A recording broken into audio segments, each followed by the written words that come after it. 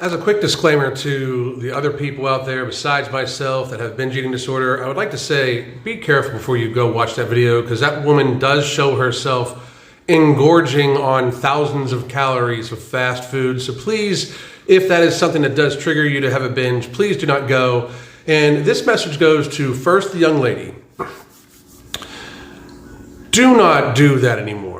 Like, I understand that you're young and you think you're immortal and you are at a healthy body weight. I can tell you, if you do eat like that, no matter how many calories you burn to stay at that body weight, if you consistently eat like that, your insides are trash.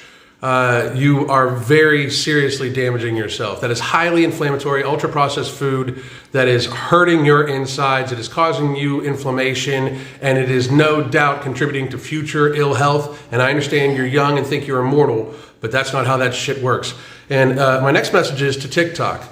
That video is very clearly against your terms of service agreement on both showing binge eating and self-harming behavior.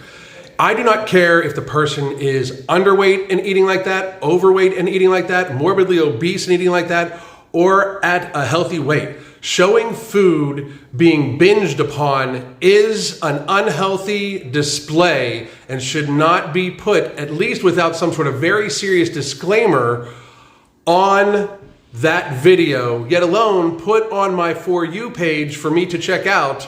As again, I am a binge eater and work very, very hard to avoid binge eating.